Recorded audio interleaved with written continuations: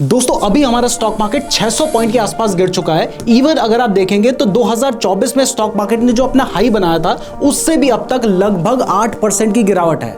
मतलब पिछले 2 साल में ऑलमोस्ट लोगों को कुछ खास रिटर्न्स देखने को नहीं मिले हैं। तो आज की वीडियो में हम समझेंगे कि आज मार्केट के गिरने के पीछे रीजन क्या है, क्या इस टाइम पीरियड में आपको मार्केट में इन्वेस्ट करना चाहिए या फिर नहीं करना चाहिए, और अगर इन्वेस्ट करना भी चाहिए तो कहां पर इन्वेस्ट करना चाहिए, ये सब कुछ हम डिटेल में समझेंगे। वीडियो बहुत ही ज्यादा इंपॉर्टेंट है अगर आपने स्टॉक मार्केट में इन्वेस्ट कर रखा है या फिर करने के बारे में सोच रहे हैं, क्योंकि हो सकता है कि ये एक अपॉर्चुनिटी भी हो। तो इसके लिए वीडियो को पूरा ध्यान से जरूर देखिएगा। लेकिन रीजन समझने से पहले एक बार कमेंट करके बता देना कि अभी आपके पोर्टफोलियो का क्या हाल चल रहा है, कितना परसेंट ऊपर या नीचे है। तो सबसे पहले हम मार्केट के गिरने के पीछे के रीजंस को समझ लेते हैं। तो सबसे पहला रीजन तो आप सभी को पता है कि अभी बहुत इंटेंस जियोपॉलिटिकल टेंशंस चल रही है। अमेरिका, इजराइल और ईरान के बीच में वॉर चल रहा है। ईरान जिसकी वजह से कई बार गल्फ कंट्रीज के ऊपर भी अटैक कर रहा है, और इससे जो मार्केट में अनसर्टेनिटी है वो बहुत ज्यादा बढ़ चुकी है। और इवन रिसेंटली ईरान ने अपना नया सुप्रीम कमांडर भी इलेक्ट कर लिया है जिसके अगेंस्ट अमेरिका है। तो इससे वॉर के और ज्यादा बढ़ने के ही चांसेस नजर आ रहे हैं। अभी ऐसा कहीं पे भी दिखाई नहीं दे रहा है कि ये वॉर आने वाले कुछ दिनों में रुक सकती है। तो इससे मार्केट में अनसर्टेनिटी और ज्यादा बढ़ गई है, और जब भी मार्केट में अनसर्टेनिटी बढ़ती है तो मार्केट गिरता है। तो ये एक रीजन तो सबको पता है, लेकिन इसकी वजह से ना कई और भी प्रॉब्लम्स क्रिएट हो चुकी हैं, जिसमें सबसे बड़ी प्रॉब्लम है क्रूड ऑयल की। क्रूड ऑयल की प्राइस पिछले एक हफ्ते में 25% से ज्यादा बढ़ चुकी है। इवन 2022 के बाद अभी क्रूड ऑयल की प्राइस अपने हाईएस्ट लेवल के पास पहुंच चुकी है। अब क्रूड ऑयल की प्राइस बढ़ना इकोनॉमी के लिए बहुत ज्यादा नेगेटिव होता है, क्योंकि क्रूड ऑयल की जरूरत हर इंडस्ट्री को पड़ती है। मतलब अगर मान लीजिए आप एफएमसीजी इंडस्ट्री की बात कर लो, तो वहां पर भले ही वो बिस्किट्स, नमकीन या डेली यूज होने वाली चीजें सेल करते हैं, लेकिन उस चीज को एक जगह से दूसरी जगह पे ट्रांसपोर्ट करने के लिए फ्यूल लगता है, बड़ी बड़ी गाड़ियां लगती हैं। तो ऐसे केस में अगर क्रूड ऑयल की प्राइस बढ़ेगी तो आगे चल के पेट्रोल एंड डीजल की प्राइस भी बढ़ेगी। इवन जो बड़ी बड़ी इंडस्ट्रीज चल रही हैं उनको चलाने के लिए भी क्रूड ऑयल की जरूरत पड़ती है, फ्यूल की जरूरत पड़ती है। तो इसकी वजह से सारे ही जो प्रोडक्ट्स होंगे वो महंगे होंगे, यानी महंगाई बढ़ेगी, और जब महंगाई बढ़ेगी तो इसका मार्केट के ऊपर बहुत ज्यादा नेगेटिव इंपैक्ट पड़ेगा।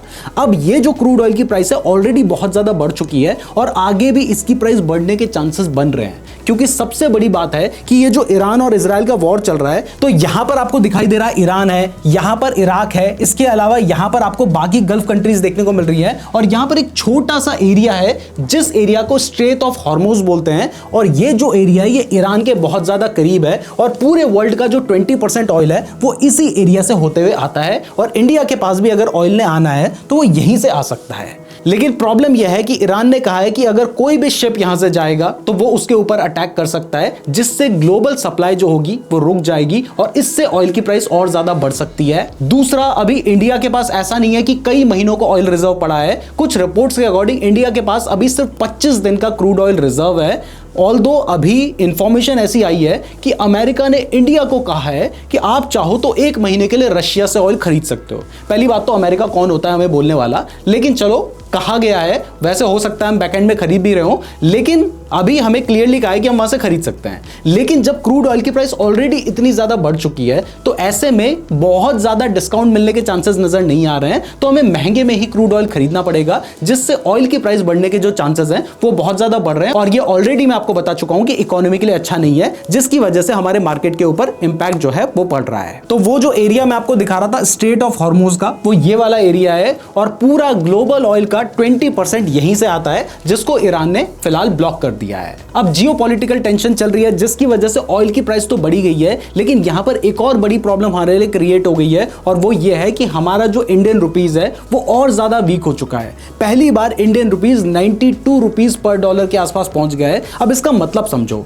थोड़े टाइम पहले जब इंडियन रुपीज 90 रुपीज के आसपास था, तब अगर मुझे 1 करोड़ डॉलर चाहिए तो मैं 90 करोड़ रुपीस देता, मुझे 1 करोड़ डॉलर मिल जाता। लेकिन अब 1 करोड़ डॉलर लेने के लिए मुझे 92 करोड़ रुपीस देने होंगे, मतलब 2 करोड़ रुपए ज्यादा देने होंगे। और उसके बाद मैं क्या करूंगा, पहले तो मैं महंगे में मतलब 92 करोड़ रुपीस देके 1 करोड़ डॉलर लूंगा, और उसके बाद मैं महंगे में जाके ऑयल खरीदूंगा उस पैसे से। अब चाहे कुछ भी कह लो, आज के टाइम पर जितना भी ग्लोबल बिजनेस हो रहा है उसमें से ज्यादातर डॉलर में ही होता है। तो इंडिया को महंगे में पहले डॉलर खरीदना पड़ेगा, उसके बाद क्या करना होगा, उस डॉलर को दूसरे देश को देना होगा। तो यहां पर हमें दोहरी मार देखने को पड़ सकती है, जिसकी वजह से भी ये मार्केट के लिए कुछ खास अच्छा नहीं चल रहा है। अब देखिए, इन सारे रीजंस की वजह से मार्केट के ऊपर इंपैक्ट पड़ता है, और जब भी मार्केट के ऊपर इंपैक्ट पड़ता है है ना, तो फॉरेन इंस्टीट्यूशन सबसे पहले भागना शुरू कर देते हैं।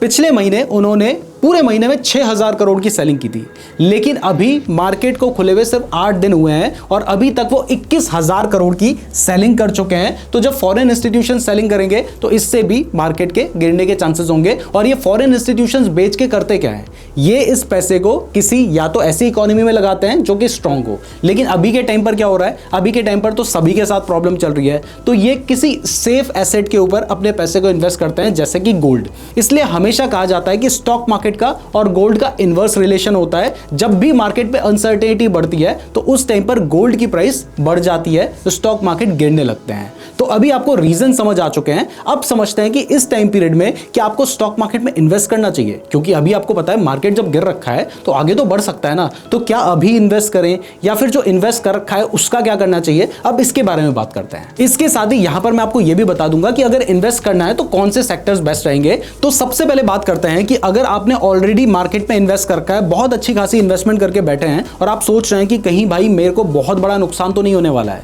तो यहां पर आपको क्या करना चाहिए। यहां पर देखिए, सबसे पहले अगर आपने किसी ऐसे स्टॉक के ऊपर इन्वेस्ट कर रखा है जिसके फंडामेंटल्स खराब हैं, तो वहां पर आपको प्रॉब्लम आ सकती है। आपको उस स्टॉक को दोबारा से कंसीडर करना चाहिए। मतलब अपने पोर्टफोलियो को एक बार देखो, उसमें देखो कि किसके फंडामेंटल्स खराब हैं, किसके फाइनेंशियल्स खराब चल रहे हैं, और फिर उस हिसाब से सोचो।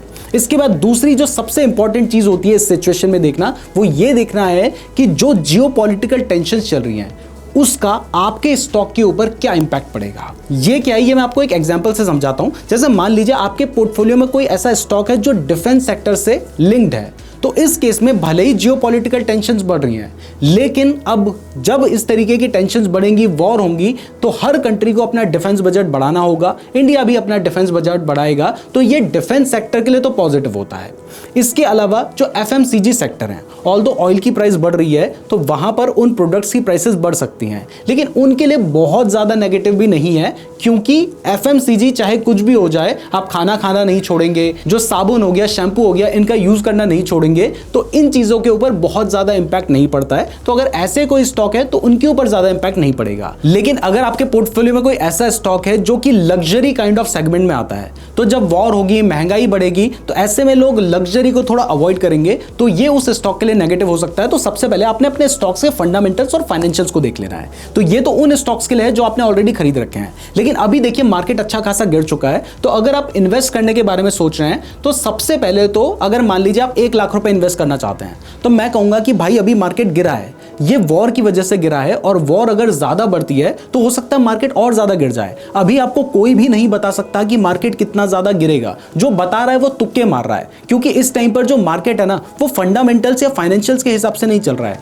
इस टाइम पीरियड में मार्केट चलता है न्यूज के हिसाब से। अगर न्यूज और ज्यादा खराब आएगी तो मार्केट और ज्यादा गिर सकता है। तो अगर आपको इन्वेस्ट करना है, आपको लगता है कि मार्केट अच्छा खासा गिर चुका है, तो आप पूरा पैसा एक साथ इन्वेस्ट करने की जगह उसे पार्ट पार्ट में डिवाइड कर सकते हैं। मतलब आप चाहो तो 50-50 कर सकते हो, या फिर 33% आपने मान लीजिए 1 लाख इन्वेस्ट करना चाह रहे थे, 33,000 रुपए अभी इन्वेस्ट कर दिए। उसके बाद थोड़े टाइम में आपने सिचुएशन देखी कि अभी मार्केट में क्या चल रहा है। अगर मार्केट और ज्यादा गिर रहा है, आपको लगता है, आपको अपने स्टॉक्स के ऊपर कॉन्फिडेंस है, तो आप बचा हुआ 33% तब इन्वेस्ट कर सकते हैं। और इसके बाद जब मार्केट आपको लगता है कि बहुत ज्यादा गिर गया है, या वापस जब आपको लगता है कि अब रिकवर करने लग गया है, तब आप बचा हुआ 33% जो पैसा है या 34% पैसा है, वो तब इन्वेस्ट कर सकते हैं। ये एक सही तरीका रहेगा।